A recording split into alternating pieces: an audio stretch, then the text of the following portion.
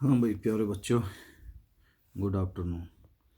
ये 12वीं आर्ट्स का है पॉलिटिकल साइंस का चैप्टर नंबर 8, यानी 8वां चैप्टर है क्षेत्रीय एकांकशाएँ।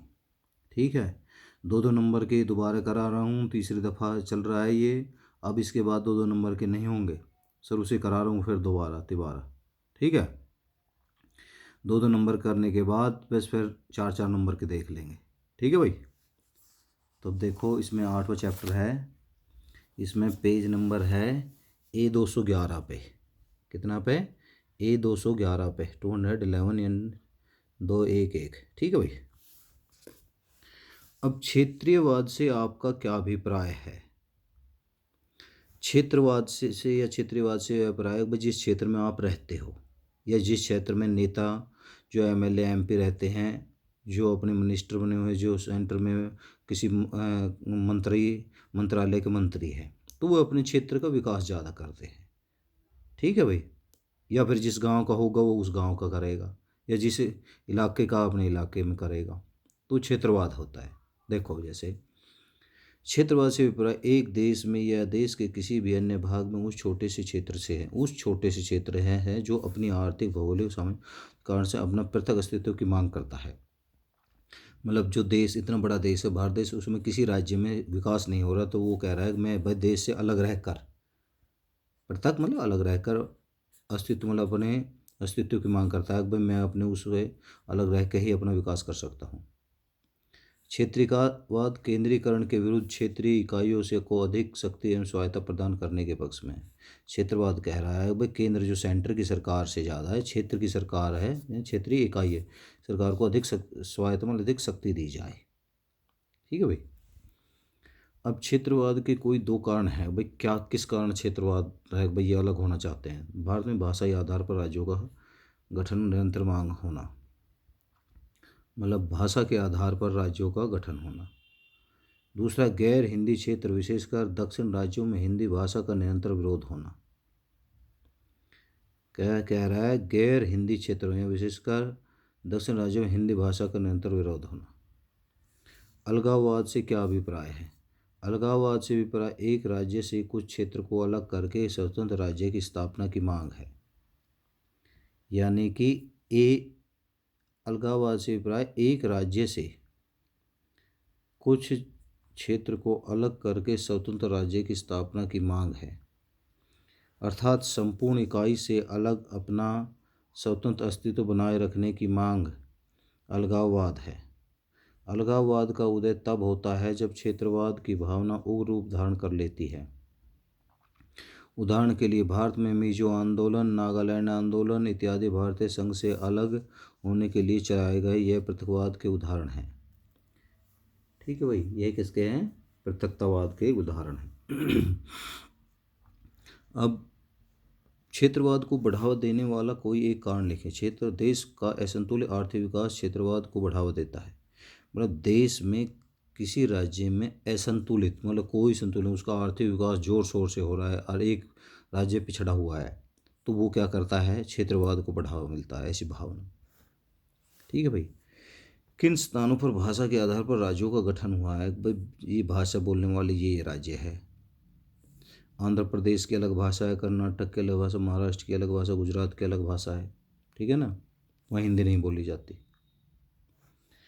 किस स्थान पर हिंदी को राजभाषा बनाने के खिलाफ आंदोलन चलाया गया? दक्षिण भारत के हिस्सों में तमिलनाडु में हिंदी विरोधी आंदोलन। भाई हिंदी कोई नहीं बोलेगा और ना हिंदी लिखेगा। ठीक है, हिंदी विरोधी आंदोलन चलाया ये। असम को बांटकर कितने राज्य बनाए गए? असम को बांटकर मेघालय, मिजोरम, अरुणाचल प्रदेश, त्रिपुरा और मणिपुर राज्य बनाए गए। किन्हीं दो क्षेत्रीय दलों के नाम और उनके राज्य के नाम लिखें। नेशनल कॉन्फ्रेंस, यह दल जम्मू कश्मीर का महत्वपूर्ण क्षेत्रीय दल है। दूसरा, यह दल हरियाणा का महत्वपूर्ण क्षेत्रीय दल है। राजीव लोंगोवाल समझौता कब हुआ और इसका उद्देश्य क्या था? पंजाब समझौता कब और इसके क्या उद्देश्य थे? प्रधानमंत्री राजीव गांधी और अकाली दल के नेता संत हर्ष सिंह लोंगोवाल के बीच जुलाई 1985 में समझौता हुआ और इस समझौते का उद्देश्य पंजाब में अमन स्थापित करना था। इस समझौते द्वारा पंजाब में शांति कायम करने की कोशिश की गई थी।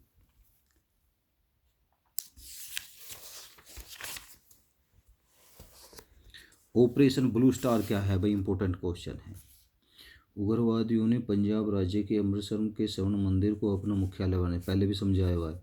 जून 1984 में भारत सरकार ने ऑपरेशन ब्लू स्टार यह स्वर्ण मंदिर में आतंकवादियों के खिलाफ चला गया अभियान था। आनंदपुर शाही प्रस्ताव कब और कब इसका संबंध किसके साथ है? आनंदपुर शाही प्रस्ताव 1973 में पास किया गया और इसका संबंध राज्यों की स्वायत्तता से है। आनंदपुर शाही प्रस्ताव की आलोचना या विवाद होने की कोई दो कारण लिखिए। केंद्र राज्य संबंधों का पुनर्वासित करने की मांग उठाने के कारण, प्रस्ताव में पंजाब और सिख का प्रभुत्व स्थापित करने की मांग उठाने के कारण, जैसे स्वायत्त सिख राष्ट्र की मांग निहित थी। अब देखो ये तीनों क्वेश्चन है ये कि आनंदपुर साहब क्या है, ब्लू स्टार क्या है, ये छोटे छोटे इंपॉर्टेंट क्वेश्चन हैं भाई। तो उन्हें वैसे मिला आनंदपुर साहब प्रस्ताव 1973 में पास हुआ है। ऑपरेशन ब्लू स्टार ये था कि भाई स्वर्ण मंदिर में कुछ आतंकवादी घुस गए थे और इंदिरा गांधी ने उनको मारने के लिए ऑर्डर दे दिया और उनको मार दिया। 1984 में भारत सरकार ने ऑपरेशन ब्लू स्टार चलाया, ठीक है भाई, वहाँ से खदेड़ दिया। अच्छा भाई ये देखो कि भारत में धर्म के आधार पर गठित कोई दो दल इम्पोर्टेंट हैं, अकाली दल और मुस्लिम लीग, ठीक है। भारत भाषा एवं संस्कृति पर आधारित किन्हीं दो दलों के नाम, तेलुगु देशम एवं असम गण परिषद। भारत में भाषा एवं संस्कृति के पर आधारित तेलुगु देशम और असम गण परिषद। कश्मीर का भारत में विलय किस प्रकार हुआ? 1947 से पहले जम्मू कश्मीर हिंदू शासक हरि सिंह का राज था। जम्मू कश्मीर किसका राज था? हरि सिंह का था।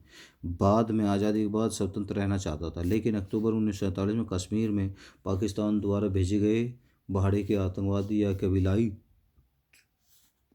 ने वहाँ पर कब्जा करने की कोशिश की, इसलिए महाराजा हरि सिंह ने भारत में आकर शरण ली और वहाँ पे भारत सरकार ने तुरंत अपनी फौज कश्मीर भेज दी। तो ये क्या है? कश्मीर का विलय। अब प्रधानमंत्री इंदिरा गांधी की हत्या कब हुई? प्रधानमंत्री इंदिरा गांधी 31 जून 1984 को उनके अंगरक्षक सतवंत सिंह और बेन सिंह ने की। आसू का पूरा नाम क्या है? आसू का पूरा नाम है असम स्टूडेंट्स यूनियन। आसू क्या था वह, इसकी मांग क्या थी? आसू एक छात्र संगठन था ना, उसका संबंध किसी राजनीतिक दल से नहीं था। यह अवैध प्रवासी बंगाली और अन्य लोगों के असम में बसने तथा मतदाता सूची में लाखों अप्रवासियों के नाम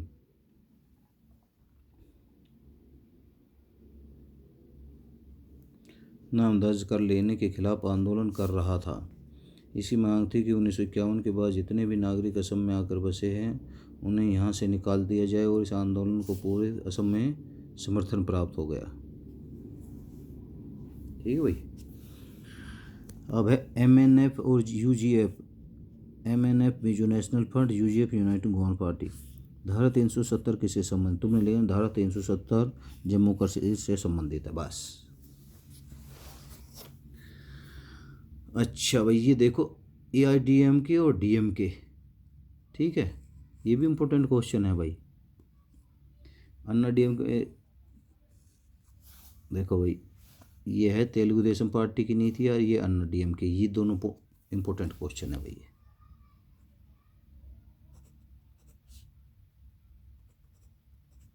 ठीक है, अन्ना DMK यह दल लोकतंत्र में विश्वास रखता है। इस दल का विश्वास है कि सरकार की शक्तियों का स्रोत जनता है और सरकार को अपनी नीतियों का निर्माण जनमत को ध्यान में रखकर करना चाहिए। दूसरा, यह दल समाजवाद का समर्थन करता है। इस पार्टी का मुख्य उद्देश्य लोकतंत्र समाजवाद की स्थापना करना। तेलुगु देशम भारतीय संविधान में आस्था रखता है। इसका धर्मनिरपेक्षता, समाजवाद, लोकतंत्र प्रणाली में विश्वास है। दूसरा, पार्टी सभी तरह के भ्रष्टाचार को समाप्त करने के विरुद्ध वचनबद्ध है। ठीक है भाई, ये कह रहा है अन्ना DMK में कह रहा है। दूसरा, ये समाजवाद का मुख्य है और लोकतंत्र समाज, ये कह रहा है पार्टी भ्रष्टाचार को समाप्त करती है।